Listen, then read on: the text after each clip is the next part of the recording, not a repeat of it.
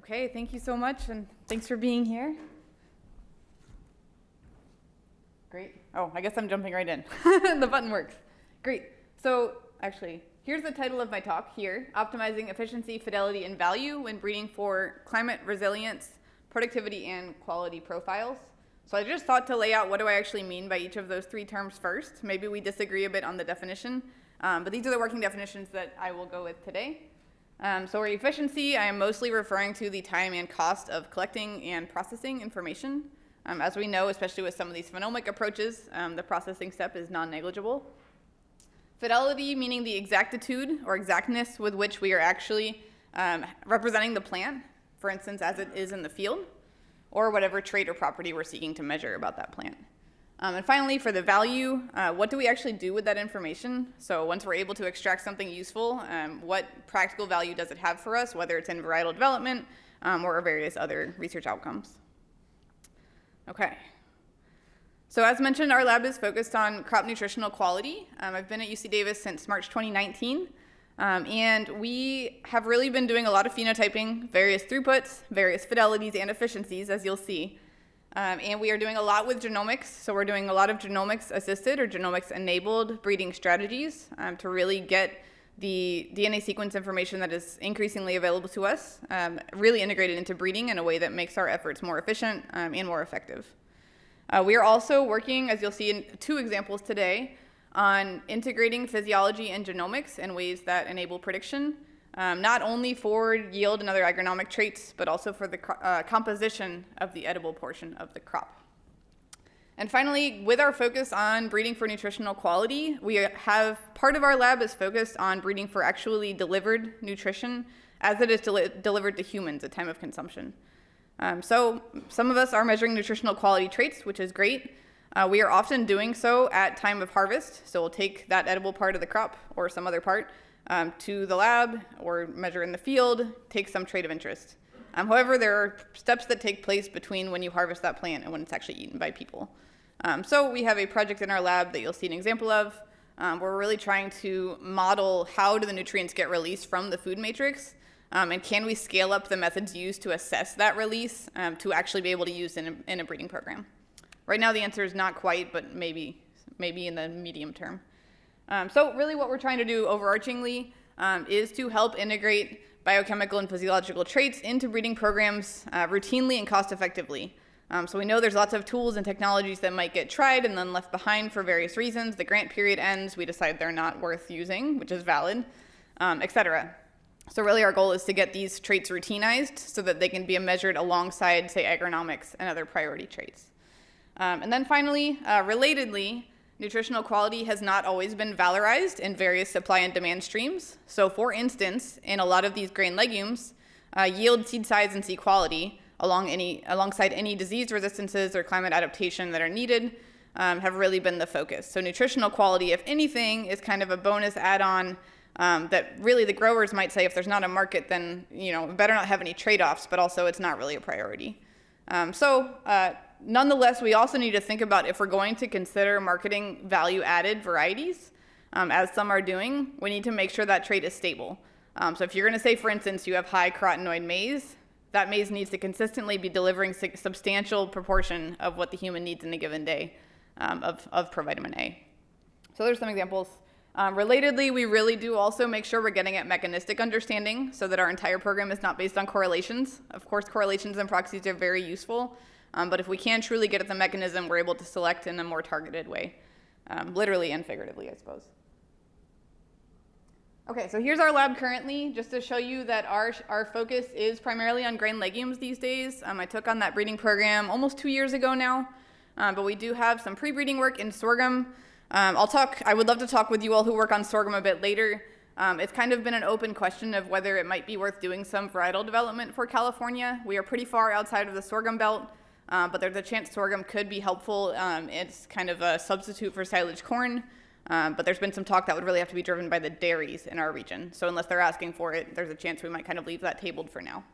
But I'll show you some work on sorghum in California, just some preliminary testing. We also have some work in leafy greens, lettuce and spinach, barley, rice, maize, and a little bit in pistachio.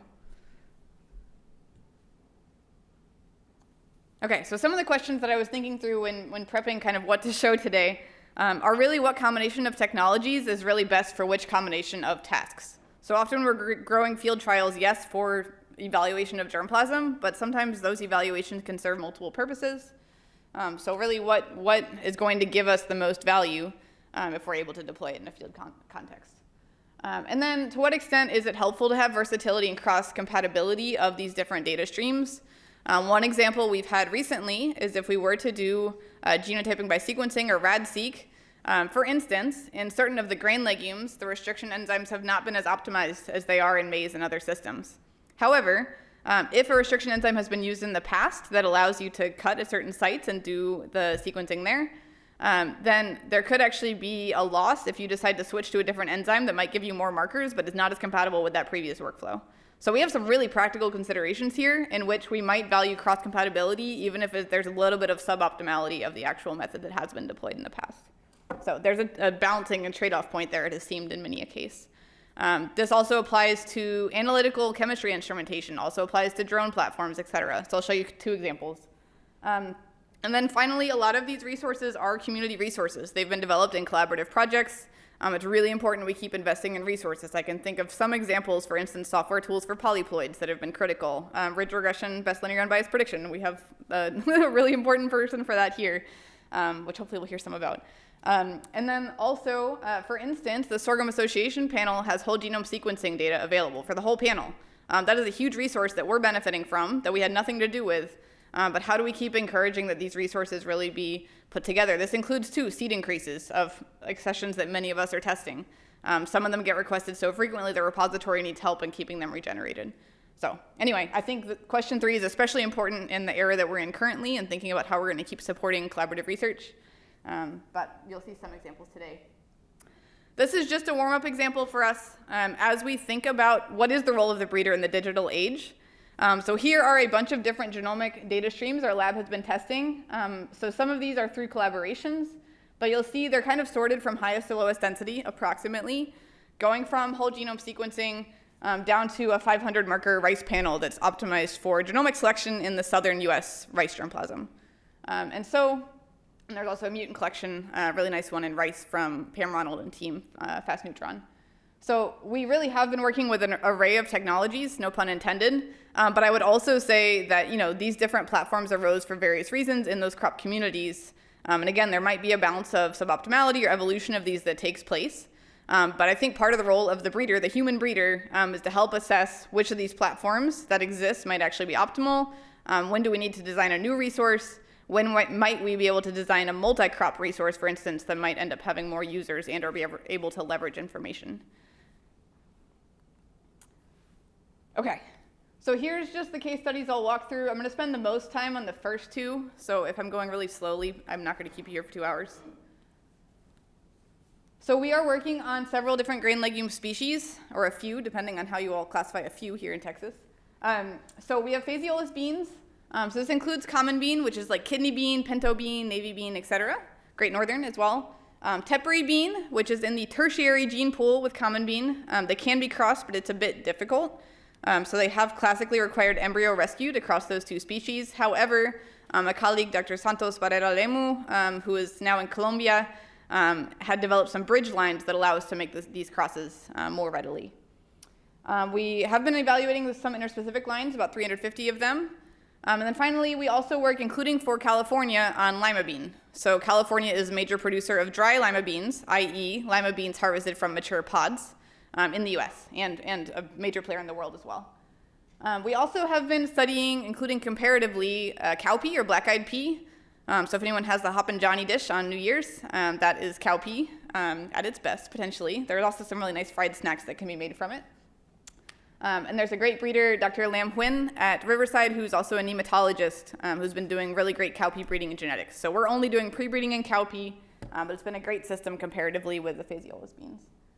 One thing I'll mention about lima bean, again, we are actively breeding lima bean. There are really 3 public sector breeding programs for lima in the US. So there at UC Davis, and then at Delaware with Emily Ernest, and Clemson with Jenna Hirschberger. But One of the challenges with lima bean and opportunities is that lima is in the quaternary gene pool with common bean, so there's been no successful reports of intercrosses.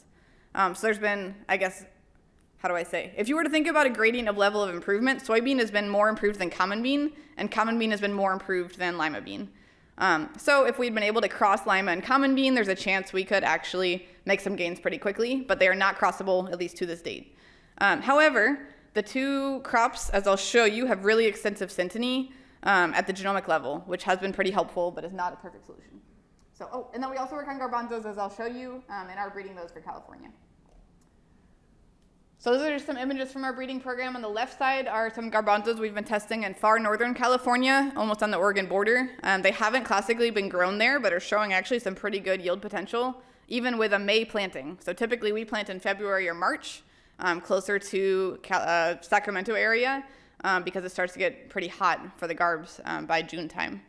But it looks like we might be able to put those garbs into a May planting rotation with small grains up farther north in California. So this is kind of interesting context, I'll say, for a breeding program that is fairly small in scale. So we might be one of the ones Diego was talking about to test kind of what would it look like to go into a bit of a new region. Growers are starting to ask some questions about, water requirements. We put on 11 inches in the garbs up there this year, which is pretty good. Low nitrogen requirement, of course. So anyway, that's something we've been looking into. And then here's some pictures of some of the advanced breeding lines in blue. And then commercial checks in red. So our key traits for garbanzos are yield, large seed size, and then some aspects of, say, color uniformity. So we're really looking for the cream or beige Kabuli types, so large seeded cream beige, and again, not getting discoloration, not getting other losses in seed quality, whether at the harvest stage or upon canning. And then on the right is some of the advanced lima breeding lines in the field. So there's those large-seeded Kabuli types, and then on the right side, you'll see the lima beans. We have both baby and large-seeded lima beans. A general theme for us, and maybe for some of you all, has been if you make a larger seed, you might get less yield. Has anyone had that experience in general? It's a problem? No? Is it just me? Oh, okay, thank you. So anyway, there has been some work on this showing that there can be trade-offs, and so that's something we're really working a lot on. The large-seeded limas are also tend to be more susceptible to heat or high temperatures, in part related to having been domesticated in the Andes. So that's something we're working on as well. Highly relevant to California. So again, we also effectively have material at any stage of the breeding program at any given time. Since I've taken the program on, we've really had to prioritize new crosses because we didn't have a lot of early generation material that had been generated. So of course that's pretty important. We've initiated recurrent selection in both lima and garbanzo, in part because there had been multiple distinct pre-breeding projects, and there really wasn't a coherent way to combine all that germplasm in a way that actually would lead to genetic gain. So we've looked at using recurrent selection as a way to help stack favorable alleles and really get this material integrated and moving forward. So just in case it's helpful to mention, the recurrent selection program, effectively we're able to take the best materials and integrate them with each other successively every generation with a mix of kind of more advanced lines and mid-generation material that we found to be promising. So it's been a really helpful way to get promising material back in and keep building upon the gains being made. And then, of course, we have lots of students and postdocs and technicians who are helping, well, not lots, I would love to have more, who are helping with this breeding program. So here's those 5 in the top right advanced breeding lines we've been evaluating for garbanzo. So they're 94 through 110. And on the x-axis is the mean 100 seed weight across 2 years of trialing, and on the y is the mean yield across those same 2 years. And so we have these 5 advanced breeding lines that have been outperforming commercial checks in seed size and or yield. We're using 100 seed weight as a proxy for seed size in this case. And so these have gone out to regional trials and are looking pretty good. We did have a new disease emerge last year in California, Ascochyta, but it's been hard to get a field-based screening method and even a greenhouse-based. So that's the last piece we've been working on before release, and it's looking like if there's not considered to be a valid assay, for instance, or not one available, that's kind of a decision point for us of, we don't want to release without that information, but we need to have a way to obtain it. So that is in the works. Okay, and we did kind of some opportunistic testing last year, but nothing systematic because the disease had just emerged. So here's a big project we have in lima beans. This is kind of a pre-breeding sledgehammer. I've never said that before, but that is what it is. This is a USDA Specialty Crop Research Initiative project. It's led by Prof. Emeritus Paul Gepps, who I took the breeding program on from. So again, lima bean, like common bean, has 11 chromosomes diploid, fairly reasonably self-pollinating. It outcrosses a little more than common bean, but not to an extent that's mattered much so far, except potentially in some genomic signals we're seeing. But so as mentioned, there is extensive synteny. Some of the same major genes for domestication or adaptation traits in common bean also appear to be relevant in lima bean, though with some exceptions that are pretty important. There are similarly to common bean independent domestications that took place in Mesoamerica for small and medium seeded types and the Andes for large seeded types. One of the big challenges we're addressing in this project is that 90% of the USDA lima bean collection is thought to be photoperiod sensitive, meaning it will not flower in temperate summers. So we try to evaluate in California, Delaware, South Carolina. Most of that material would not flower, so probably not a good use of field space, given a lot of the important traits we need to evaluate are at or after flowering. So one of the big goals of this project has been, we've been doing some greenhouse propagation and winter nursery in Southern California on the right during short days. These are short day plants. They need short days in order to flower, or long nights, if you want to say it that way. Is to start to evaluate some of this photoperiod sensitive material to look for promising traits. And also, like was done in sorghum, and the sorghum conversion program actually here, to try to convert some of this material to be day neutral, so that we can then actually evaluate in temperate summers and have a lot more diversity, but also useful and good diversity. Some of these lines don't look nearly as puny as we thought they might, so they actually have some good potential, it looks like, not just for the one-off trait that we need, but actually some agronomics too. So we really have been needing in lima to broaden the genetic base of the program, and this is a great opportunity to do so. It's a large number of lines to screen, but we've been able to get up to 300 out into the field so far, with more to come. Okay, so there's the full set of traits we're screening for. We are working with the Riverside team on nematode resistance, and the Delaware team has some work on that too. These are two PCR, so these are PACE markers. They're very similar to CASP markers, KASP. And they're fluorescence-based and are being developed for two key traits. Again, these are hypothesized genes in lima bean based on homology with common bean, and also accordingly homology with soybean, and some Arabidopsis. So Varma in UC Davis has been developing these, and we're testing, but also we're also doing the genome-wide association study and QTL mapping for these different traits in segregating populations. So we'll see if these are actually the genes. There's a chance we have other genes too. But this is a good start based on the information we had when starting the project. Okay, so this is just a graphic showing, again, thinking back to the role of the plant breeder. The USDA Specialty Crop Research Initiative program really encourages thinking holistically and actually requires it with regards to, for instance, involving social scientists in the project and really trying to figure out the whole supply and demand stream. So in this case, we have three main objectives of the project. So I told you some about objective 3, which is that germplasm utilization bottleneck that we're dealing with. So we're doing a lot of genotyping, phenotyping, et cetera. And then I'll start with objective 1 up here next. This is actually trying to figure out how do consumers feel about lima beans, like what do they like and not like about them? Do people actually seek them out, or is it kind of a like, I'll eat them if they're in front of me scenario? I guess how many of you would say you actively like lima beans? Oh, amazing. Good to know. Okay, thank you. Yeah, so we have underway right now with food science at UC Davis a sensory study. They've started with succulent lima beans, so the green ones you would eat from immature pods. And they've developed a set of, I think, 30 flavor attributes of what people are picking up in these beans. And then they're also doing kind of an overall liking score, like has been done in some other crops as well. It turns out they're not all bad. So part of this first round is to figure out what flavor notes or aroma notes are actually present in lima beans. And then we're going to have to work with some culinary professionals to figure out which of those actually makes sense to put together. For instance, does it make sense to combine a nutty flavor with a honey flavor, or should we just put two nutties together and make an extra nutty? That's just a really silly example. But we are not the experts on that side of things, so it really is going to take a whole team to figure out what makes sense to do once we have that information. We have some ideas, for the record. But. And then objective 2, I've kind of already described a little bit with this germplasm conversion and use of markers. But again, in many ways, we really just need to keep making good new crosses. So we have a lot of more promising material to evaluate. Notably, Delaware and Clemson are breeding succulent limas. We're breeding dry limas. So there's a chance the same germplasm may not do well for both of those things. But we're able to do some interesting developmental time courses with them too because of those different harvest stages. That's something we've done at Cornell and sweet corn as well. Okay. So next big project I'll talk through combines AI-enabled sensing, so artificial intelligence, 3D biophysical modeling, and breeding and genomics in 3 different crop types. So this is a project that is funded by the Gates Foundation, and 3 of us are co-leading it but out of each of these 3 domains.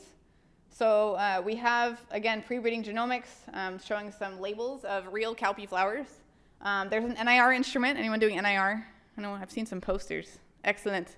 This one includes the visible wavelengths, so we'll see how handy that ends up being for us. In the top center, I guess I'll say, this is a, does anyone know the name of this instrument? Is anyone using one? Yes. It's the Amiga, yes. It's the FarmNG Amiga. So yeah, this is a robot. It's a ground rover that can drive through the field. It's been used in some farm robotic challenges too. And so these have been really versatile platforms. It also has various attachments if you want to seed with it or cultivate it or pull a weigh table along with you through the field. It's approaching some autonomy in terms of it has path following now, but it's not fully autonomous. And then we've got drones of evolving makes and models as needed. And then we've got an iPhone platform with a 3D mount that can be put on the drone. And that also has a low-cost thermal sensor that can attach to the iPhone. And a student, he's up Yoon in biosystems engineering, has had some really good success in actually using low-cost thermal paired with RGB and depth to help improve the resolution of the low-cost thermal cameras. So it's much cheaper than other thermal sensors, and it looks like it's working. So that's great for various traits we'd like to measure. And then the 3D biophysical crop modeling. There's a framework called Helios, developed by Brian Bailey at UC Davis. That's a 3D biophysical modeling framework. He started by modeling, say, the Stanford dragon or some of these other classical objects to model. And has now gone out to various plants, including orchards and row crops. So I'll show you a video from him shortly. But just to show you kind of the framework of this Gemini project. So Gemini is G by E by M, or genotype by environment by management, innovations in intelligence for climate adaptation. And so if we were to start in the bottom right with sensing in real field trials, we're able to then take that sensing data through some AI models, do some training and prediction, and then extract model parameters that can be used to train the Helios 3D biophysical model. Turns out they've been able to do this successfully. The nice thing about that is once you have that data parameterizing Helios, that Helios framework can give synthetic data not just in RGB, but also in multispectral, depth, thermal, etc. And the nice thing that we've enjoyed about this biophysical model is it is based on physiological subprocesses of the plant, for instance, transpiration, various other photosynthetic properties that we could think about. And so, again, it's yes, modeling kind of the structure and function of the plant, but also has the biophysics behind it. So once we have that auto-labeled synthetic data, I love the word auto-labeled, especially when it works, because it means we know the right answer.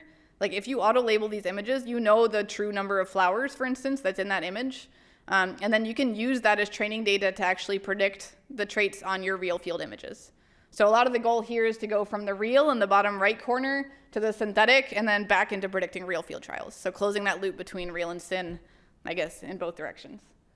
And then, of course, on all of these parameters, so sensing, derived traits, features, et cetera, and traits coming out of this 3D model, we are able to actually do all of our standard quantitative genetics analyses, which have been pretty informative. But the real goal of this project has been threefold. So developing this analytical framework in common bean, tepary bean, cowpea, and sorghum has been the main goal, with also immediate applications towards suitability zones or some envirotyping, which I have questions for Diego about after the 100 environments discussion this morning, and also, of course, improved cultivars. So some of the idea of this being, just to give an example, I didn't put this slide in, but we've been measuring flowering time in grain legumes in the sense that at least half the plants in the plot have one open flower. That's our definition of days to flowering or days to anthesis. That is a measurement that is informative, but it's not as informative as it could be. So what we're looking at doing with these platforms, we've been running the rover and drone once a week through the season, but then twice a week during peak flowering, is to try to be able to look at what is the actual flowering distribution, or the full set of timing in which those flowers are appearing, turning into pods, and what does that say about plant performance? How does it relate to final yield? In the sense that if you have a wide flowering window, is that potentially adaptive in certain stress scenarios? Or is the chance that having uniformity of that flowering and then accordingly uniform dry down might actually be helpful? Depends on the context, depends on the environment, of course, and grower preferences and machinery. So anyway, that's some of what we're thinking about and being able to enable in this project. So this is another one of those scenarios where as we develop the framework, we're also using it and testing it. So it's always a scary place to be. But we have effectively been doing field trials across phylogenetics, so Phaseolus invigna, and environmental gradients. So we have, yes, our temperate environments that we've been growing at 4 different locations in California, but also in Tanzania, Uganda, Nigeria, and Senegal with partners there in the CG and in breeding institutes and universities. So these are some of the materials that have been evaluated. The cowpea magic has been a really, again, great community resource. It's an 8-parent magic population, and we're looking at getting some more genomic resources in it too. But really our goal has been to look at both productivity and quality across this gradient, which includes day lengths and evaporative demand as well, of course, too. So it's been really nice, for instance, to be able to look at short day environments, long day environments, and even in Uganda equatorial environments. Photothermal response has indeed been a theme. And I will say the bottom part there, developing and deploying high efficiency to high fidelity and high efficiency devices has been a key kind of point of evolution in this project, in the sense that we started with an extremely expensive rover that I will not name, that again had utility, had really controlled lighting, was able to mount multiple types of sensors, but that's not really scalable or deployable even to our own regional stations. We had to put one at each station, which doubles the cost, et cetera. And so we've really been trying to use the high fidelity to train the high efficiency, which effectively is going to be able to emulate as best as possible the high fidelity. And again, there's always things to be worked out when you try to go to a high efficiency method. Another kind of point that we've been trying to go towards, in addition to evolving the rover type, has been really evolving what sensor types are we putting onto these, and also making a higher efficiency version of that 3D crop model, because it can have quite a computational requirement, and you might need a really good GPU, for instance, but there's higher efficiencies ways to model some of the same information. We've also been talking and working on interactive tools. For instance, I'm going to ask a question. How many of you, if you had a graphical user interface where you could look at your plant system of focus and change the leaf angle and see what happened to light interception, how many of you would try that and see what it did? Okay, that was a really specific trait example. Yeah. So anyway, it's one of those things of if you can actually, have confidence in this method and know it's based on empirical data and that it can be validated as well, before and after the fact. This is something that we're really looking at. Again, we don't just want to go back to a component trait breeding approach or idiotype breeding approach, but again, trying to get at mechanism whenever possible of how yield is forming, so how biomass is accumulating and being partitioned.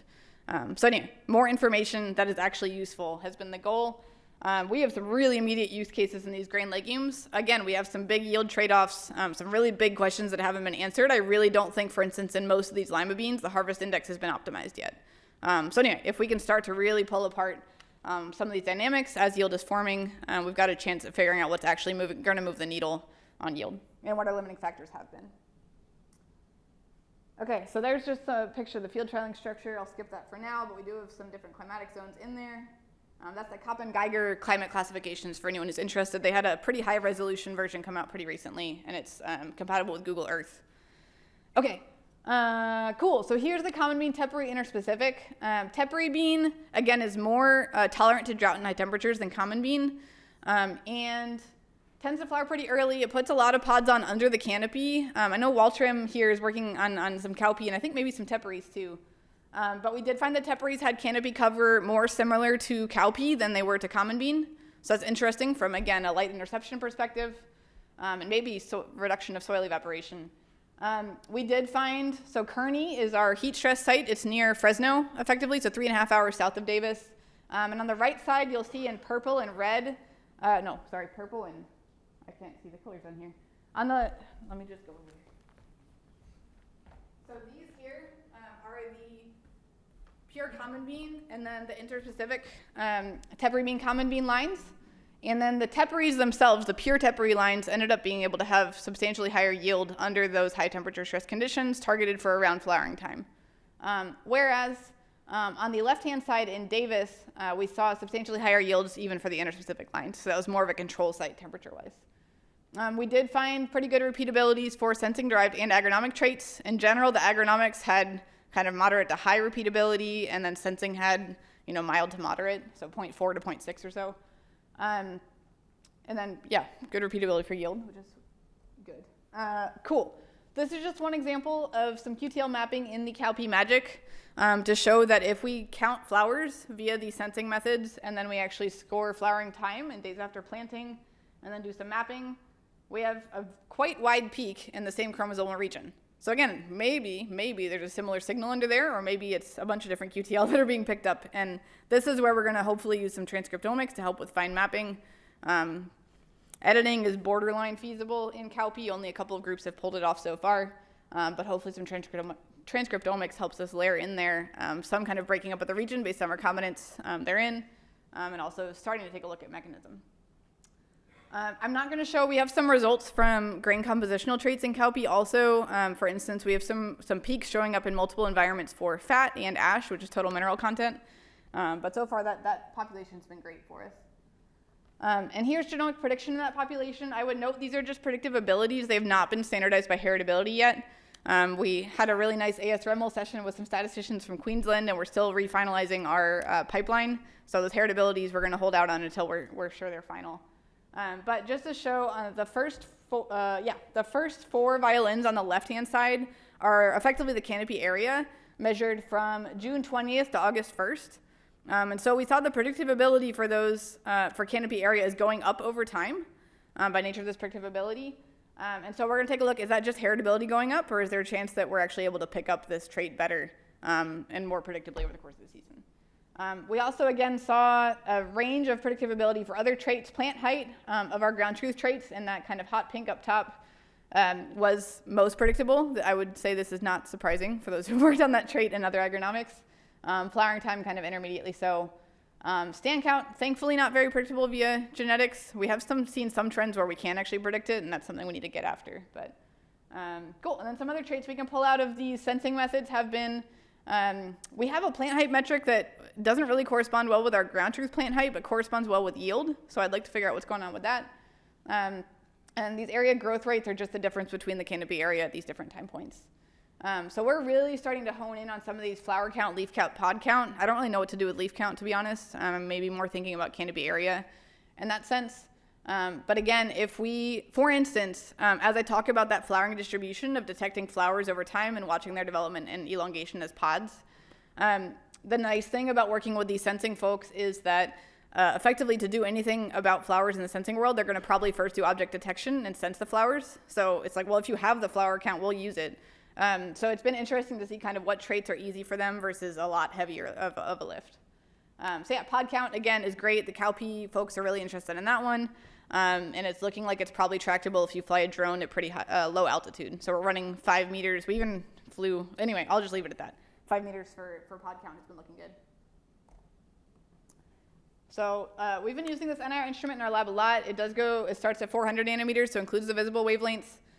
We are, and again, in a lot of these crops, seeing natural variation. The pre-existing instrument calibrations for these NIRs sometimes are multi-crop combinations. So for instance, we've been using the vegetal protein meals calibration. Turns out it's mostly based on oil seeds. And then there's also a cereal grains calibration that includes barley, for instance.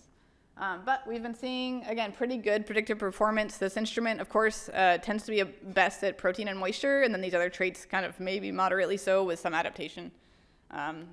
One thing I'll mention for anyone doing NIR, we did recently figure out that in barley, we can predict not just total protein, but also the protein solubility fractions, which again helps us get a little bit more towards metrics pertaining to quality and digestibility of the protein, in some crops at least.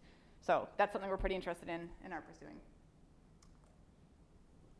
Okay, I'm going to not spend a ton of time on this slide because it's a lot to look at. If you just look at the right-hand side, this is a principal component biplot. We did see pretty strong positive correlation between starch and yield. So again, you might have heard classically of like a breeder's dilemma of yield or protein. It turns out that this has been the case in some of our crops, and we're working about teasing this apart. We do have some repeated checks that show variation in yield, and we're looking at how those covary for starch and or protein. But there's a lot of work, I think, to be done in figuring out, again, mechanistically what is going on here. Is it just a dilution effect? Others have suggested probably not. So we can see what's up with that. Okay, and then this is a complementary project that's been in leafy greens. It's funded by USDA AI Institute for Next Generation Food Systems. So I know Florida also has one of these AI institutes and various others. So really what we're trying to do here is try to breed for quality traits in a lot of these horticultural crops. So our question has been, how do we evaluate quality in hundreds of candidate lines? And then how do you figure out the overall value across a bunch of correlated traits, just to put it that way. And so what we're really trying to do is come up with predictors for these traits and then define this overall quality from an operational perspective. So we've focused for the purposes of this project on chlorophylls and carotenoids. So I saw there's a great poster on lettuce too in the phenolic space, but we're focusing on the chlorophylls and carotenoids for a couple of reasons, namely lettuce and spinach being effectively their leaves are photosynthetic tissue that are also directly consumed by humans. So I've got some experience working in carotenoids, and we had the question of if we were to increase levels of one or more health beneficial carotenoids, what presumably could be the effect on the photosynthetic apparatus? Is there a chance that's also going to confer some benefit to productivity? So I'll show you some examples of that. But the approach we've been taking, again, is to measure a large number of diverse accessions alongside elite lines, do some really high fidelity wet chemistry, and then see if we can come up with sensing enabled predictors for these traits.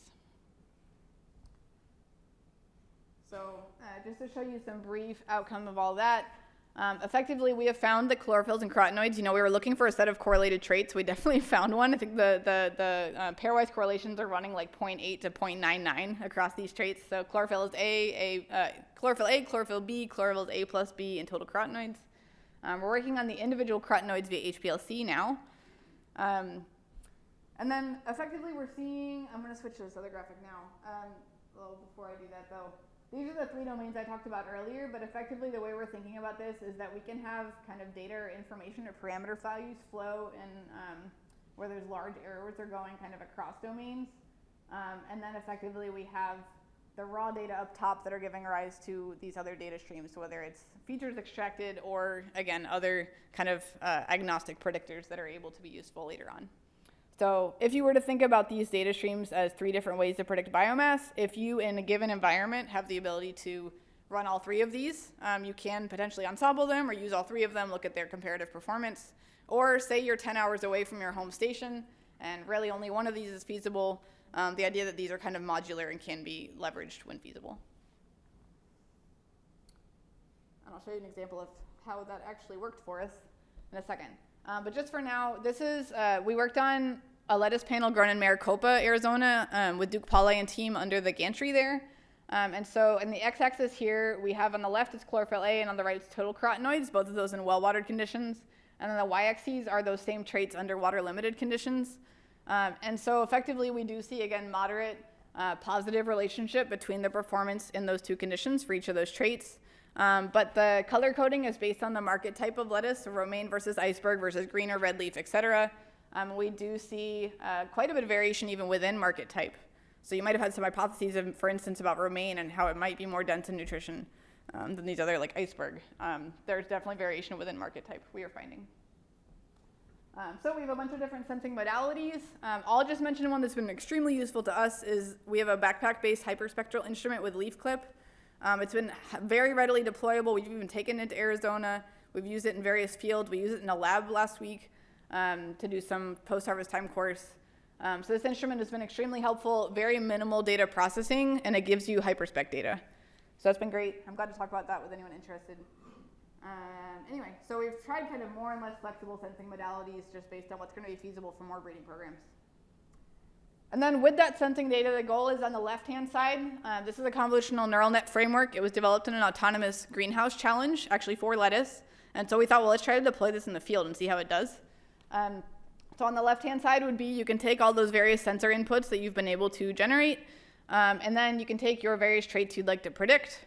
And notably, this is not a one-to-one relationship. It's not like, oh, I'm going to use thermal to predict yield. That'd probably go pretty badly. But rather, you can kind of, across this sensing information, be able to pull signals out to predict these various traits. And they call it multi-input, multi-output because all of this can be done for these inputs and outputs simultaneously. There are also iterations that are like single input, multi-output, Any of those combinations. You can do single or multiple. That's been helpful to us. Turns out the first thing we had to do in that step was to be able to center the images more squarely on the lettuce head of interest. Turns out we were getting a whole bunch of soil in one of them, or kind of parts of two heads. So a biosystems engineering student, Hamid, actually made that process a lot better, and that ended up being pretty critical. So here's a depiction of what we're going to do with a 3D biophysical model in lettuce and what we are doing. So we are making 3D models in romaine and iceberg as two major market types that are also most represented in the diversity panel we've been examining. Taking a look again at geometrical parameters. This started as a procedural model, and now there's a faster way to generate them that I'll show you. Again, doing the wet chemistry, and then looking at various environmental factors as well. So this is a model Johnny in our lab made, who's a grad student. This is currently a headless iceberg, in case you wonder what that looks like. And then they've also made kind of the waveform over here in the sense that there's been some interest in looking at leaf morphology from a food safety perspective. I don't know if that one there goes. So this is from taking real images of leaves in the field and then putting together the geometry in this modeling framework. However, what I wanted to show you is just recently, within the past month, Brian Bailey, who developed this Helios software, has made a plant architecture plugin, which makes it much, much easier, like I would say order of magnitude less in terms of time to get the same quality model. And so I'm going to show you a video that just shows the range of crops he's done so far, in case one of your species of interest is in here.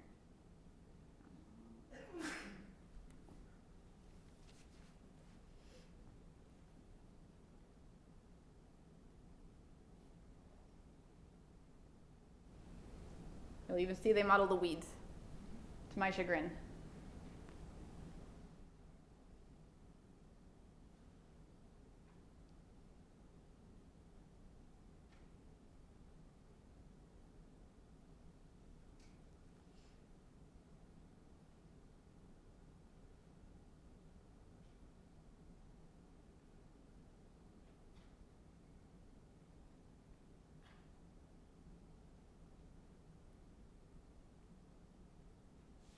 All right, and there's your grapevine, so excellent. So that's an example of the crops, again, that Brian himself has developed. Somehow, as a faculty member, he sits and makes these models. It's impressive.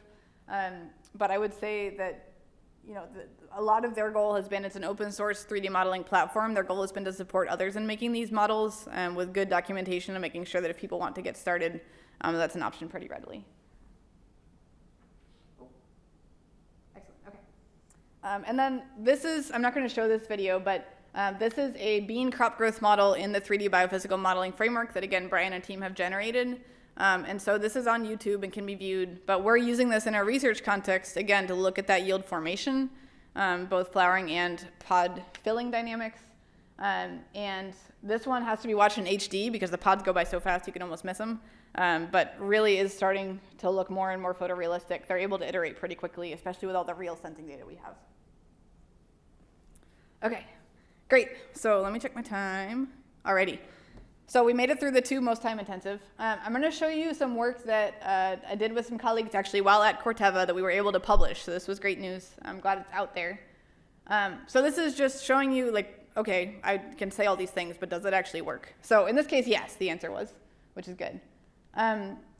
So this is a method called crop growth modeling whole genome prediction. It had been in practice at Corteva before I even got there. So Frank Techno and team in 2015 had published a paper with this method. And then through 2018, there were 3 papers in total that kind of looked at, a small number of double haploid populations, simulation data, et cetera. So what we aimed to do in this particular project was to deploy this method in a large maize breeding experiment. This was a half diallele, and try to determine really how well it does. So if we were to look at this diagram here, if you start with, let me see if I can use my laser. Say you start with observed yield from field trials. You can effectively run this model backwards. So here's a crop growth model. Run this model backwards and estimate physiological traits on a genotype-specific basis. So what's cool about that is you can then regularize those to marker effects. And of course, the benefit of genomic prediction is if you have marker effects and you have genotypic data, you can then predict tested or untested genotypes. And the nice thing about the crop model is it gives you a way to dynamically integrate environment and management information. So hopefully you can leverage, again, the best of both of those methods and run this model back forward with your estimated trait values and E&M information back through the crop model and get your predicted yield as a function of the crop growth model. So that's why they call the crop model as the link function in this case. So how does this actually work? Effectively, this was across family, but we also looked within family, which I'll mention. We found in terms of predictive skill that the CGM-WGP method, which is in the left-hand set of each of these columns, did about as well in a parity with the classical WGP method, which is approximately Bayes A, in well-watered conditions. So if you compare this 0.79 with 0.74, they're doing pretty similarly. Once you start to add data from water deficit conditions, this was a flowering stress applied to maize, and flowering is a critical period, of course, for maize to not have enough water. We see that the predictive ability of the CGM-WGP ended up being about stable to what it was with well-watered data only, whereas the predictive ability of the just WGP method dropped pretty severely, so from 0.74 down to 0.49. And I'll talk a little bit about what might have been going on there. But that's what the within family results look like on the right. Actually looks like a lot like Diego's plot, so that's a fun coincidence. But effectively, we found CGM-WGP, there was effectively not a penalty to having the crop growth model in the genomic prediction function. So it turned out that at best you would do as well as GP, and maybe sometimes you would do better. We found you increasingly did better in conditions of lower whole season evapotranspiration. So effectively this crop model was helping more when you had less water available in that environment, just to put it loosely. And then we also found, and this was among, well, I'll get the next slide to the most interesting to me, but the next most interesting was that this CGM-WGP method was able to estimate both yield potential and drought tolerance traits simultaneously with multiple environment types in the training set. So you could have both the well-watered and the water deficit data in there, and the model was able to parse out which environments were informative for which traits. And you could see very clearly the signal coming from that corresponding environment. And then this is the one I'm most excited about. These are PC biplots showing, so we estimated 4 physiological traits on a genotype-specific basis. They're listed down here if you're interested. Some of them relate to yield potential, some related more to drought tolerance, or tolerance to water deficit, as the case may be. And so on the left-hand side here, we have a cross of 2 fairly elite parents. So the gray points are just the cloud of the full set of progeny from the half diallele. And then the red points here are the progeny from that particular family.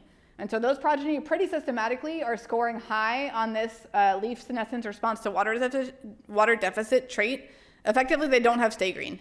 And so we found pretty systematically that to be the case in that population. Whereas once you start to cross even one of those parents with a drought-tolerant donor, you can start to see, again, the progeny are in a pretty different space physiologically. And eventually are kind of running pretty high for that trait over here. So this was pretty interesting to see in terms of, if you know exactly what environment types you're breeding for and what set of physiological trait values you want, you could just make a bunch of crosses that would land your progeny in this exact space. But if you know that you need physiological diversity or need to be breeding for multiple environment types, you could start to strategically make crosses that are going to land you in different parts of this cloud or even beyond the cloud as needed. Okay, here comes some more sorghum for those sorghum folks in the group. This is a partnership with Julia Sabia, who actually is now moving to Kenya to be based at CIMMYT for some vision for adapted crops and soils. But effectively, both in California and in South Africa, there's interest in pre-flowering drought stress or water deficit, including as relates to water conservation measures. And then we're also, again, both looking at grain quality and compositional traits. So using different germplasm panels, one of which is probably pretty familiar to sorghum folks here.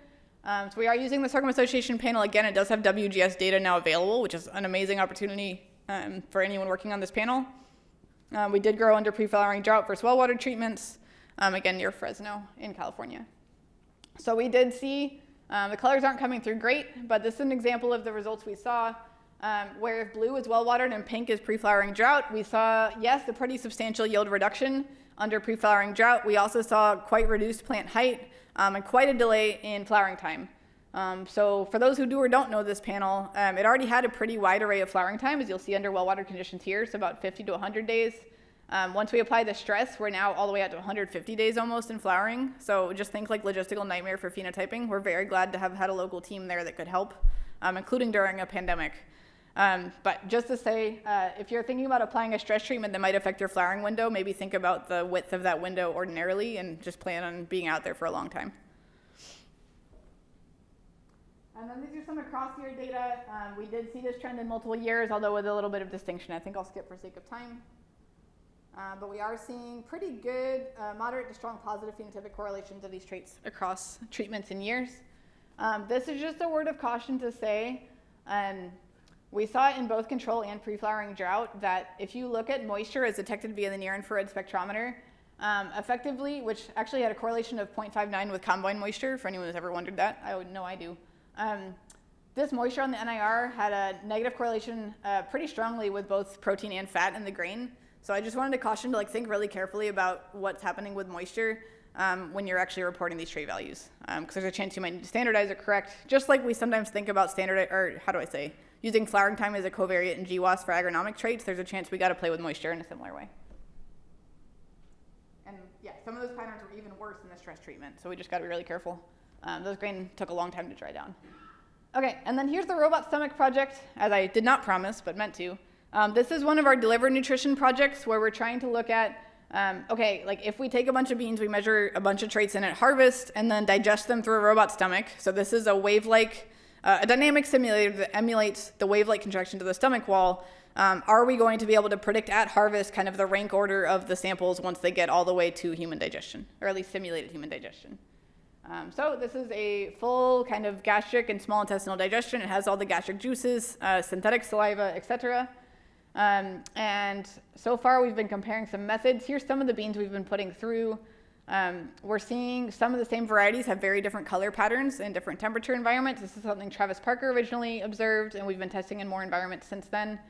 But effectively we have, suffice it to say for this slide, the classical dynamic simulators for human digestion allow about 1 sample per day. So I heard this as a breeder and thought, no way on earth, we're not going to be able to do anything with that, because you need at least 3 reps on that platform of a given sample to really know what you're looking at. So it turns out a senior undergrad design project had made a 12-channel version of this instrument. That's, if you think of hot dog rollers at a gas station, it kind of looks like that with 12 parallel plastic tubes that have a roller applied across them. So we've been testing this 12-channel model to try to see can we actually scale up to at least 12 samples per day, or at least 4 once you consider the number of reps involved. Turns out the simplified version of the 1 sample a day model does pretty well compared to the original, but this 12-channel model is showing less nutrient release in some cases than the 1 sample a day model, but more nutrient release in some cases, not shown here, these are not good example traits, than a static digestion model that's just like a shaking water bath with tubes in it. So anyway, there's still some optimization to be done on this 12-channel model, but if anyone's interested, I'm glad to keep you apprised of the status of that. And I think I'm out of time, so I'm going to leave I'm sorry for anyone maize folks. I'm glad to talk corn any time of day. So I think I'll stop there for questions. Cool, thank you.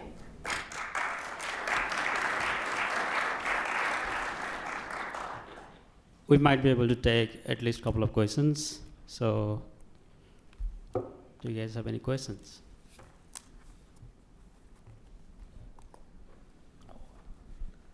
Hi, Christine.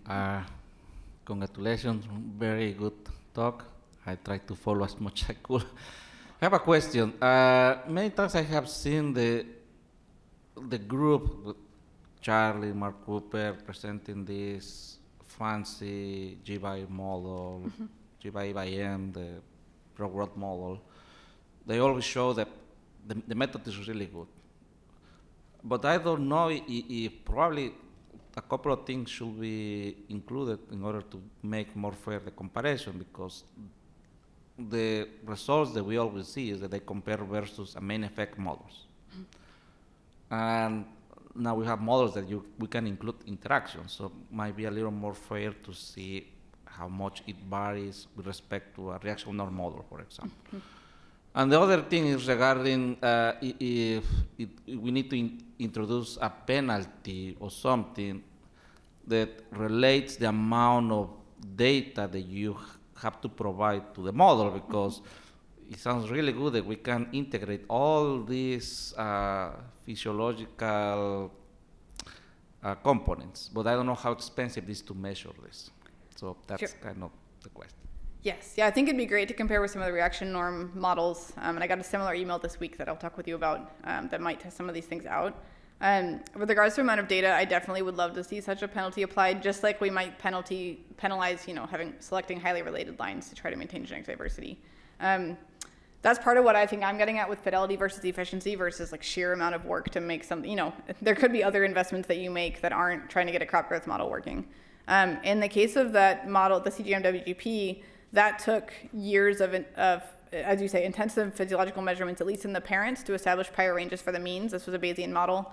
Part of why I'm excited about the 3D biophysical modeling framework is if we can train it from real sensing data, I think it's a bit more flexible of a configuration. Again, there's still lots of ground truthing to be done, but I think it's going to give more flexibility with regards to at least modeling structure accurately, and then we can focus maybe on the functional aspects too.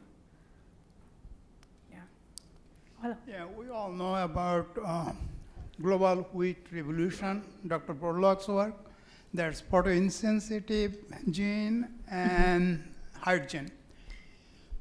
Has anyone tried to make that bean sensitive line to insensitive? And how about the yield of that line or species? It's a good question. So we're still working on the marker development and even validation, and then are deploying to diverse germplasm. I have the same question of can we use some of the agronomics from when lines are sensitive to try to predict what they'll do when they're insensitive? That would be great news because we don't have to test everything again, or we don't have to convert everything even. But that's something I know Bill Rooney has some good ideas about if he's here, and that I would benefit from some more insight on for sure. Thank you. Yep. So that is all the time we have for questions. If you'll join me again in thanking Dr. Diepenbrock for her talk. Thank you.